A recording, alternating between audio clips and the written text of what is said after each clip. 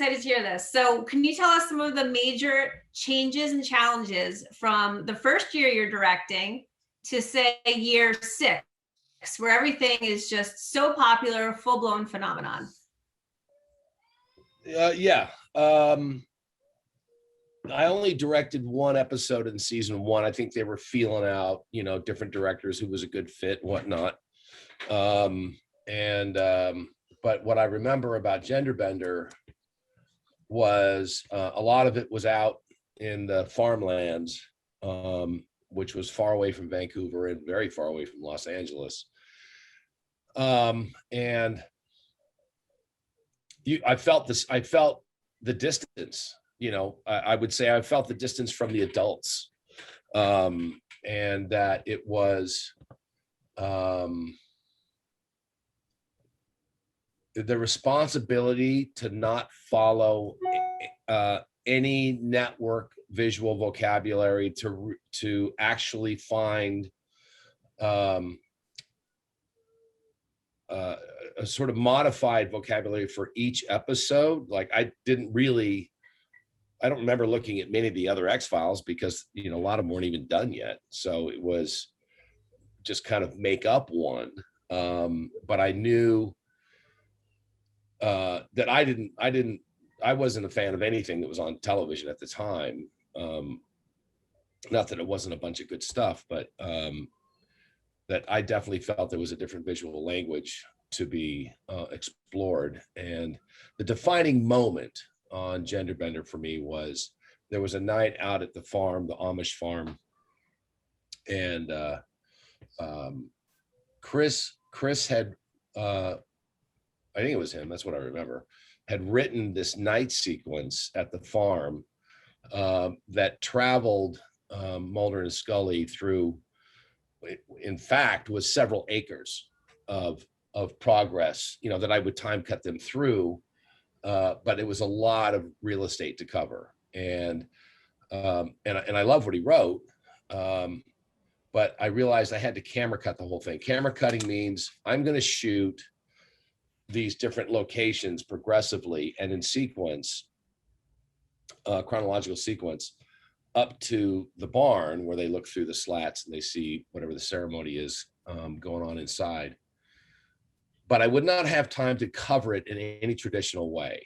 There just wouldn't be time. So the way I would envision shooting it would pretty much be the way you'd have to edit it. So, and which is a weird thing because I've never worked on the show before. So I'm going to pre-edit the sequence for a show that I've never sat in the editing room with the guy. So I don't know, but I had thousands of hours of time in the editing room. So I did understand it on previous work. So I called Chris and I said, look, I love this night sequence. And I don't remember I can't quote myself what I said was, but basically that it covered so much territory that I would need to I would have to camera cut it. I would design the whole sequence and that would be it. And really the only time they could have options is if you wanted to look at David's face or Jillian's face when they were looking through the slats in the barn, and then they could also choose which sections of the point of view during the ceremony they could use. But outside of that, leading up to that, it was kind of like the way I shoot it is the way it's going to air. And he was so cool. He was like, yeah, go ahead, just go for it. I'm like, why does he trust me? He doesn't even know me. But I think it underlined his curiosity for the creative adventure. And that was a really defining moment for who is this guy, Chris Carter? What does he want? He wants you to be artistic. He wants you to be creative. He wants you to invent and dream and to be responsible because this is going to be a very expensive night with a lot of crew and the special effects to create the smoke and all the big lights and everything. So it was the twofold of, engage your own creativity, and I expect the good stuff out of you, and you have to be responsible, make the night, and it has to work. And so I suddenly felt like it was my sequence on a brand new show. And what a really interesting, fun place for an artist to work in. And lastly, the lingering thing after I did all the homework and I designed it was, I hope it works, because if it doesn't work, I'm done. And I shot it and it did work. I did make one mistake, which was I put the camera on the wrong side of the light at one point, which I remember just doing for speed. They were actually moving from one side of the fenced-in corral to the other, and the camera should have been on the inside of the fence so that they were backlit. But I remember that to go on the inside of the fence meant putting camera gear over the other side of the fence, and I didn't have that 8 minutes to do that. And Chris did not like that one section, but I learned my lesson. But more to your question, part of the fun was I didn't think anybody was watching. Like, nobody was watching Fox anyway. They didn't have that many affiliates, so we can kind of do whatever we want. And so it's like, why can't it just? Why do we have to think about television? Why can't we just think about cinema and what is the best way to photograph the series, and individually, what's the best way to photograph this particular story? And you could kind of reinvent the visual vocabulary for each story based on what the story wanted. Which, yeah, it's the same show, it's the same cast, principal cast, but all the scripts are also different. Why can't you just tweak it a little bit every time? It was a little bit of a new adventure each time up. But then what I remember is about halfway through the first half of season 2, which is between, July and Christmas, the show had this, popularity expansion, which was fun, but it was so different than anything else on television. I don't think it's not like any of the worlds that are presented on channel 2, 4, or 7. Those are much, much different, much more, I thought, conventional worlds. And this is like, who knows what we're doing? We're, all kinds of different stories. And is there a continental appetite for that, or is there a global appetite for that? Who knows? The story's fascinated me, but I didn't know who else. And then the next pop was, again, maybe just before halfway through the second half of season 2, somewhere, I feel like it was around Endgame, where it popped again. Now I'm reacting because I'm up in a production machine, and I'm not keeping track of how the audience is swelling. So maybe they weren't pops. Maybe just by the time I sort of look back, it had grown. Maybe it was a progressive swell. I don't know. To this day, I don't know. But I remember halfway through season 2, I thought, well, it can't get any bigger than this. I mean, this show is so odd. We've got to be there. It happened again. I felt like by the end of season 2, there was this appetite for the show and what was going to be the season 2 cliffhanger. I'm like, what is happening? But I had worked on successful shows before. And I had a lot of personal success before, and I found out that I learned the hard way.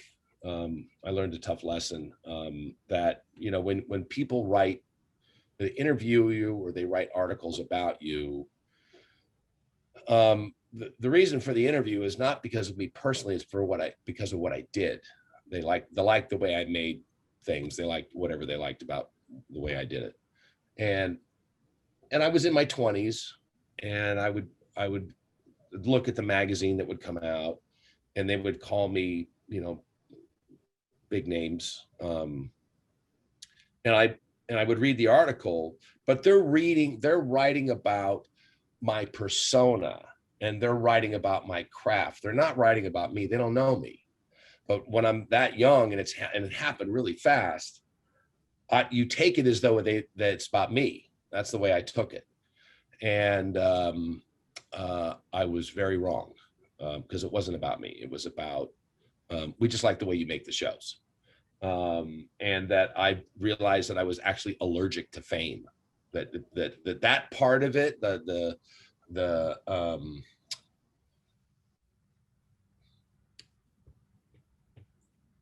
that it wasn't about me personally.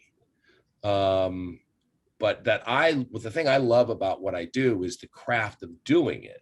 Like, you know, dreaming up how I'm going to shoot things and living the story through each character and pre-imagining rooms and environments and whatnot, and what's the best way to approach, literally like no different than a cabinet maker has to pre-envision making a cabinet. And that the rest of it was actually bad for me. So because of those tough lessons, when it started happening on the X-Files, I realized that part of it was bad for me, that I didn't, that kind of attention that I'm allergic to. So what that's what I used to do is, you know, if somebody said something nice about our show or my particular shows, I remember just look up from the blinders, say thank you, and then look back down and just focus on the craft. Because if what we were doing, making, dreaming up is what they loved, focus on the craft of doing that. And don't say, oh, you want to take my picture? You want to interview me? You want to hear what I think or talk about or whatever? That I tried to stay away from it as much as possible. I even invented a way in the interviews, because they typically interview you while you're directing. They would, you know, you'd set up a shot that they'd pull you outside the stage and start interviewing you. Well, you know, I gotta go. You know, I can't be sitting out. By the way, Bob Goodwin's right over there in the office, and he sees me sitting out here doing an interview while my crew is waiting. I'm done. So I would try to hurry up. And the question that they would keep asking in different ways was, do I believe in aliens? And you can't say no, because you just blow up the whole show. Oh, well, you're no fun, you know, or you say yes, but what proof do I have? So I remember being in Vancouver, like, how the heck can I make these interviews end so I can get back to work? And how can I make the person, the reporter, the interviewer happy? And so I just looked up at the stars. It probably took me a few nights to figure it out, but I looked up and I said, you know, I don't know, but I think it's a little tough to look up and see all those little white dots and think that we're it. And, you know, why not? Maybe. Could be, should be. And so I would say that. I would, you know, it's a little tough to look up at the stars and think that we're it. And they would be, oh, great, thank you, Mr. Bowman. And then the interview would be over. Season 3, it got nuts. And it got nuts all during season 3. And at some point you just got to go, okay, well, something's going on. I guess they just, the whole world's on fire with the X-Files. But you can't contextualize that. It's too big. So I would just focus back down based on that earlier tough lesson when I lost my way, because I'd be like, God, everybody thinks I'm great and I must be great. And that's what it was about. No, that's not what it's about. It's about craftsmanship. Is that the bigger it got, the more I closed the blinders down. I mean, I was happy. Obviously, I'm happy for everybody in the show, and because the popularity of the show, we were able to do bigger and bigger episodes. So there's a physical, tangible way to feel the popularity as the budget started getting bigger. The rest of it, I don't know. I think it's timing, you know, a Zeitgeist thing. And everybody wants to hit the Zeitgeist, you know. That's when you hit some universal pressure point, and it strikes a chord with millions and millions and millions of people. It was also the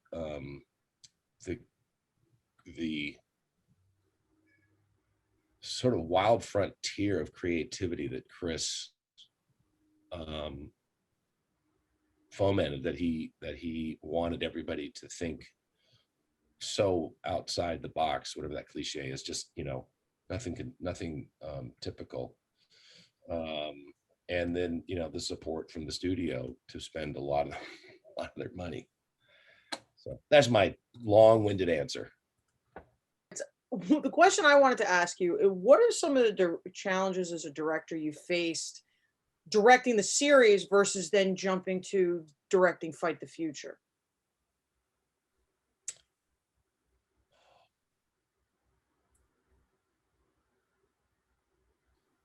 or was the show that big a scale that it almost felt like I know I've heard it say it's like a feature every week, but it really isn't a feature every week. I know the budgets are so different and the scale is so huge, but Well, the feature every week is more, we don't know what script is coming next week. We're not going to open up, with the same opening every week where we have a crime and there's a criminal shadowy figure, and then we're going to go to the bullpen and meet our homicide cops. Or there was, besides that put together in the that discovery sequence in the beginning with Mulder and Scully. Hey, here's what happened. Here's what I think. I think it's aliens. Mulder, there's no aliens. Besides that scene, I never knew where the scripts were going to go. And because of that, it is more feature-like, in my opinion, more feature-like in its week-to-week approach. Is they're all kind of one-offs. The mythology episodes took on a life of their own because the audience liked them. But outside of that, we felt like we had to sort of invent the show more often than not every single episode. But I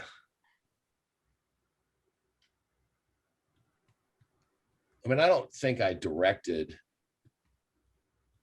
except for lower page count on the movie every day. I still thought about it the same way. I still thought about, I had no formulaic approach to designing my episodes. I had no formulaic approach to how to shoot any scene. I would read the script, read the scripts multiple times until they started to come alive in my head. And then mood and tone, because Chris also was demanding that the camera speak to the narrative also, not just photograph people's faces telling the story, but the camera also should be, dripping with narrative, and the tempo of the camera and the speed or the slowness or the mystery you can create with a curious camera. So you had to be very in touch with your mind's eye and see if you can imagine the stuff, and then the camera is going to do this, and it's going to look around, and it's going to feel like something's going to pop out, but it doesn't, and then the camera goes over. All just sort of no boundaries cinema. The boundaries were time and money, but even that got a little. I think the show, maybe by season 2 sometime, it was 8 first unit, 2 second unit. But the second unit days, that got very fluid. It's all right, it's 8 days, 8 days of first unit. And then how many days a second unit is? Oh, I think it's 8 days a second unit. So then we go shoot 8 days a second unit of which is really just first unit. And I did one of them, Kill Switch. If I got this wrong, I hope anybody from the show who was there says, no, it wasn't that many days, but it was 23 days. By the time I shot inserts and I got all the little bits, it was 23 days. It was a television show. Right. And there was an unspoken, coded message that Chris would send me on my scripts. So I would get the draft. If he didn't write the original draft, I would get a strip, and it would be of whatever size it was. Now, let's say it was big, more than 8 and 2. And I would, what do you think? I go, I think it's really big, but I'm not gonna turn on my engine until Chris takes a look at it, Chris or Frank or whoever did it. But it was always this thing from Chris. And if it came back at the same size, that was Chris saying, I want this to be big and just make it great because it's going to be expensive.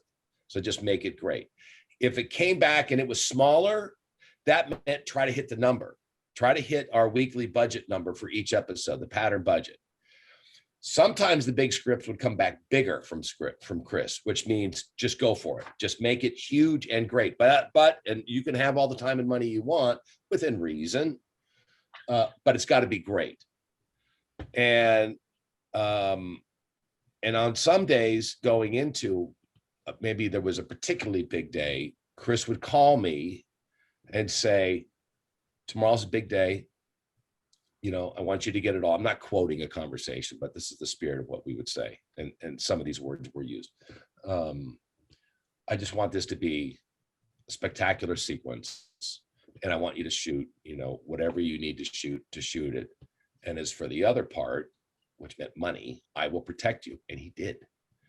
And I would go out and shoot big stuff and shoot a lot of hours. And I would never get a call from the studio. Or probably any other show that I've ever worked on, if I had done anything like that. Size, scale, time, like you wouldn't even be invited back to the show. This guy's out of control and look at how much this cost. Chris wanted it great. And he knew that the budget might have been a little, just a few degrees too small, but just go for it. And he would take the bad phone call. He would take the beating for me, or he would prevent the bad phone call. And, you know, somehow, I mean, it was amazing. All that said, the Vancouver crew was as much a fan of the show as the fans of the show were. So, you know, when, you know, maybe there'd be a needed rewrite on a scene or a sequence or a whole script, and therefore less days of prep to get ready to shoot it, they would pull off these amazing sets. Effects would be ready in less time than they should have because they wanted to nail it.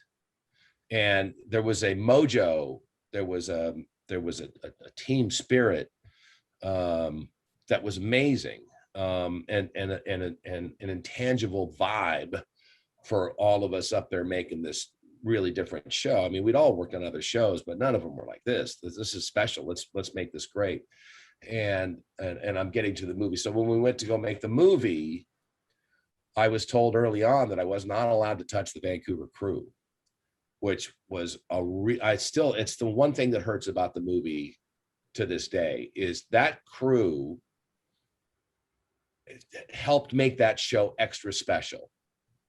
And, you know, delivering new ideas at the last second. Hey, wouldn't it be great if there was a thing over there and, you know, smoke over there, whatever. And they go, yeah, let's do it, you know. And but I couldn't touch the golden goose. And so when I went to make the movie, I hired a bunch of big time Hollywood folks, you know, who were going from a Coppola movie to a Spielberg movie to, you know, then I was just another one in line. So their emotional commitment, emotional connection to the show didn't exist. You know, maybe yeah, it's a cool show. I've seen it. My kids love it. My mom loves it, whatever, but not, I've suffered for 5 years making this show because I wanted to give the crew the movie, but that would have affected the end of the previous season and the beginning of the next season, and they would have had no rest. So I did not dislike the movie crew. It was just it was like starting over. It was, and it wasn't like even doing gender bender. It wasn't even like I was working with the existing X-Files crew for the first time. Even those folks had already made 12 episodes. This was making a brand new thing. It's another movie. And it was incredibly lonely. I mean, Danny Sackheim and Josh McLaughlin were really my, you know, heart and soul friendship, brotherhood, whatnot. You know, without them, it would have been horrifyingly lonely. But I didn't think about the TV show. I always felt that I did call Chris during Endgame, probably when I'm looking at the submarine on a soundstage. And I said, you know, I'm not saying we're going to do it, but I'm just saying that the idea behind this series is so big, it will stick on a big screen. Like if you ever wanted to make a movie, it's a big idea. It's kind of boundaryless, that we could make a movie. And then, I don't know, sometime later he said, we're going to make a movie. So I always thought of it like, why do I have to think about television? Why can't I just think cinematically? Why can't I just think that maybe it will go on a big screen? So I blurred those lines. I didn't measure. Well, most people have a 29-inch. I didn't think that way. We asked the last two questions to everyone that we've had the privilege of interviewing so far. So why do you think 27 plus years later, the X-Files is still so relevant to so many people? I was explaining this. I don't really know. I'm going to guess. Before you guys were here, there was a show called The Twilight Zone. And I was there for that. And then after that, there was a show called The Night Gallery. And there was also Outer Limits, but the Outer Limits it didn't connect with me as well as Twilight Zone and Night Gallery, where for some reason they're speaking a different language, and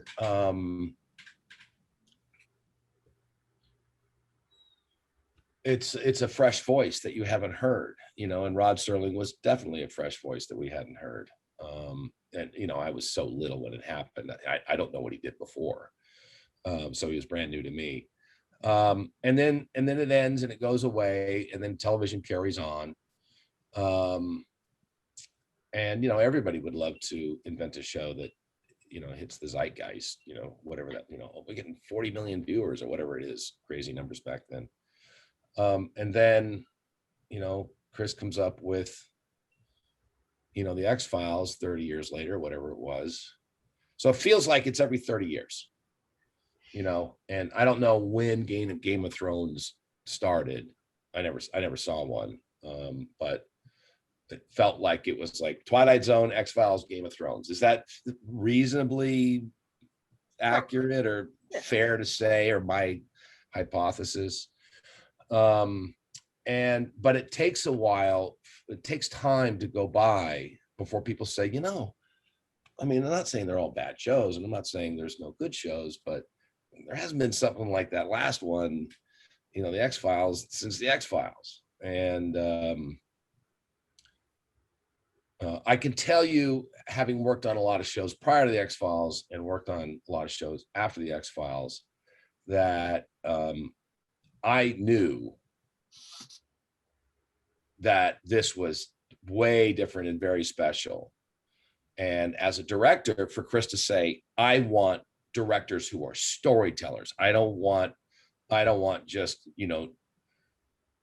guys who are just photographing people, saying dialogue. I want the camera, you have to bring your own narrative skills, cinematic storytelling. You have to bring your own skills. And, we hired, plenty of directors who didn't have it. We say, we want you to, set your camera free, and we want you to think bigger. And there was a funny moment in a production meeting. It wasn't my episode, but, a very experienced director from LA came up to do an episode, no names. And there was a convention.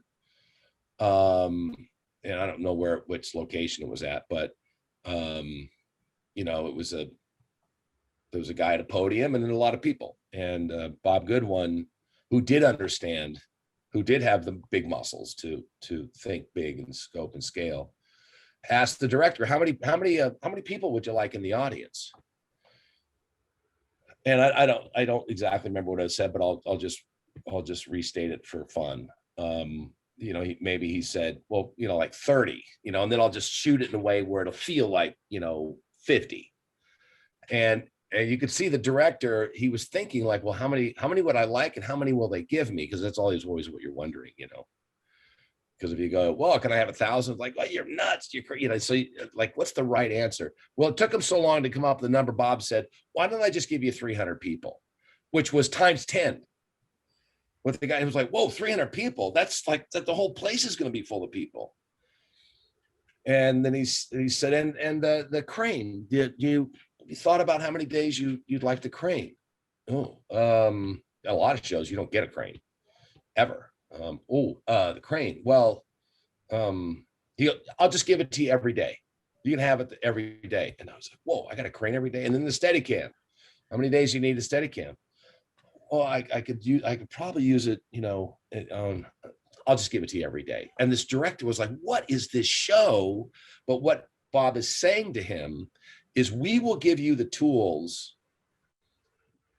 to make this show, cinematic and really explore your own creativity. And the guy had done, sort of stilted network shows for so long that those muscles not only atrophied, they decayed. Don't just photograph the actors talking, but what about in the scene description, or what about there's a mood or an element or a vibe in the scene that might cue the camera to explore someplace else other than just there's something, a third element, another layer in the scene. They weren't used to doing it, and so a lot of them came in, kind of shot their super duper version of a network show, but it never really got like connected to the X-Files vibe, I'll say, which is why, Kim and David and I directed a lot of them, because it was like, oh shit, you guys just do them all. Well, in the second season, I did every other episode. I almost killed myself. I didn't know I was not suicidal, but I almost like couldn't handle it. And I was, in my early 30s and in really good shape and wanting to do all of them, but that means I'm prep shoot for 10 months. So I the most I could do was every third. And that's insane. It was insane. Insane. There was a fun story I love that Howard told me this. I think he told me in season 2, but maybe he told me later, that he had come up to see me during .com, which he wrote with his partner, and he'd come on to the ship to talk to me about something. I have no idea what he talked to me about, but he said, while he was talking to me, he felt that physically, yes, I was right in front of him, but that I was emotionally, mentally, and psychologically like off someplace else, imagining what I was shooting the rest of the day. But because I was every other episode, I had just turned into a non-human directing bot. And that it scared him a little bit, but he knew I was just in the zone, just way in the zone. Like I was way up the river, Kurt style. And I didn't know that happened. I remember Howard coming, and I remember where we were talking, but I didn't know that I was kind of nuts.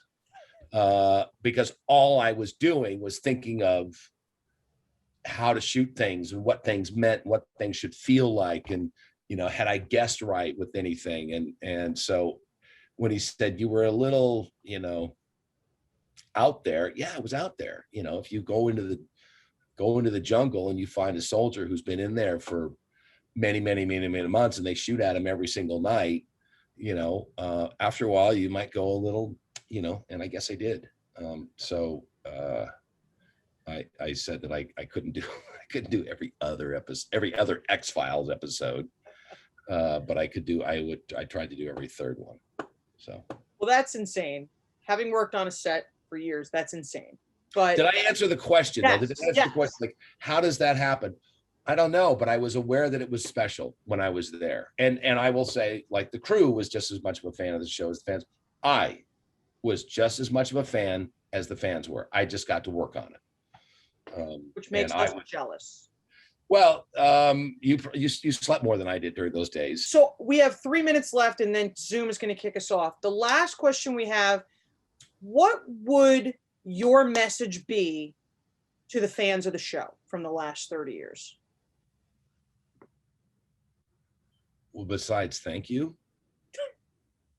I mean, I don't know, what else do you say is thank you. And maybe I know a little bit what would get Chris to do it again, a little bit. But I would like more. And would Chris do more? Well, something has to happen, which I can't say. And it's nothing to do with money. Nothing. David would, but it has to be a certain thing. Like, I think we would all go back. fuck, I'll just speak for myself. I'd do more. You know, am I, you know, repeating, you know, no, well, how about I just loved it? How about I just loved it? And if the environment were similar, I'd be good with it. So if that's what they want to hear, I would say truthfully, I would do more. I don't know that I wouldn't do that again. You know, I think it's like Spielberg and Jaws, you know, who was like, what was I thinking? You know, shooting the thing on the real ocean, and it's like 2 words. You know, why did I do that? Stupidity and courage.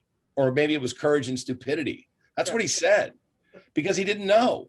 If he knew what was going to happen, he would have done it differently. But if he'd have done it differently, it would have been the same. I don't know. So I think because we didn't know that was going to happen, and we didn't know that it was going to get like that big, and we didn't know, he just kept going. And next thing you know, holy shit, this train's going 300 miles an hour. But I maybe that, you know, we sure tried hard. We tried that was a very, very hard show to make. And it's nice to know that the audience said, hey, we really like what you're doing, you know, and there was nothing easy about that show. Nothing, ever. So, you know, maybe just as a artist that, you know, you paint some painting that comes out of you. You don't even know if it's any good or if anybody else is going to like it. And then they go, no, we love this stuff. Can you make another one? Okay, but I'm not really sure how I came up with that one. So I'll make another one, but I don't know really where it's coming from. So then you make another painting and they go, well, that one's even better. I know that I've talked to folks who were there, especially Los Angeles, and they said, whew, man, I don't know if I could do that again. I said, I would do it again. You could do that again? Yeah, I could do that again. Because look, you're tired. We start at the beginning of July. By August 1st, you're baked. And then you got to keep, you're going till May. And then by early September, you go through another exhaustion threshold. And then, you know, everybody's just trying to hang on by their fingernails till you get to Thanksgiving. And you go through another. So I went through so many exhaustion thresholds where I thought that was it. I was done, but I can't stop. So, you know, the physical side of it, you know, your feet hurting and the just the output. I've done it so many times. I just know my brain is lying to me. You're tired and you should just stop. I was like, no, I'm not tired. I'll be tired after I'm done. So I can manage that. I can cope with that. So it's not the age or the hours or anything, because with the right script, you get so fired up, you just fight through anything. So I know I could do it again. A few, not that many, not 35 again, whatever. Do you have a favorite episode that you directed or produced, that from whether it be the show or the movie, or did you have a favorite that stood out? I have a lot of favorites, which is fun because it speaks to the you know, damn near uniqueness of each story.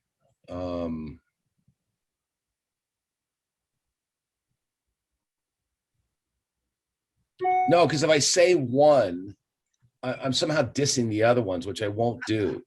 Okay. The best story is, and I guess I was a little feisty on that show just because I was so far out there, and not physically, but like psychologically. You know, with damn near like camouflage paint on my face, you know, and knife in my teeth, kind of nuts. I knew, you know, for the other directors, you guys write whatever you want, but for me, you know, I guess I was fussy enough that they would Frank would call me and say, hey, want to do this episode and want you to do it. And this is what it was about. And it was very gracious of him. I was just a soldier. I was not a general. And so I should have just said, I will direct any script that you send my way. I'd be grateful. I'm happy to be here. But I guess I was a little, whatever. So Frank called me and said, I got this script and this is what it's about. And it was Memento Mori. And I'm allergic to hospital rooms because I just feels like violins and crying relatives. And I said, I'm not doing that. You get somebody else to direct that stuff. That's soap opera bullshit. I'm not doing it. Or if you write it, whatever the camera can see from the doorway is all I'm shooting in the scene, because I ain't going in there. I'm not going in to cry over the sick relative. I'm just not, yuck, soap opera. I'm not doing it. And, and Chris could have called me and said, hey, shithead, guess what? You don't get to vote, direct the screen, but he didn't. He never did. He just like, oh, Bowman, And so Frank worked on me, and I did not want to direct that script. I didn't appreciate the script at the time. I didn't want to do, especially with Jilly, dying of cancer. My Jillian, was a badass. I mean, she was fierce, fearless, and smart, and that moxie comes from Jillian, and I love that. I always remember, like, man, that gal was something else. And I have so many great memories of so many scenes and days and moments working with Jillian. So I didn't want to do it, but I don't remember. I wish I did. Maybe Frank does. What he said to get me to say, okay, I'll do it. And do I think they would have put some other script in there? I don't know. Probably not. That probably would have been Chris saying, I'm not switching scripts. Just direct the damn thing, But he didn't. And so I made it. And while I was making it, I got it. And I know I shot it in ways that probably weren't the ways that Frank envisioned the scenes, but I had to shoot it in a way that I could get myself into the scenes. And then I find out, soon, and then years later, that for some people, that's their all-time favorite episode. I'm not saying it is the all-time best episode. There's a lot of best episodes, but I would see this list of fan favorites, and Memento Mori would be on top. And I'm like, how was I so wrong? And it's just because I don't like soapy, manipulative, violin drenched, you should be crying in this scene. I said, well, they'll cry if we earn it.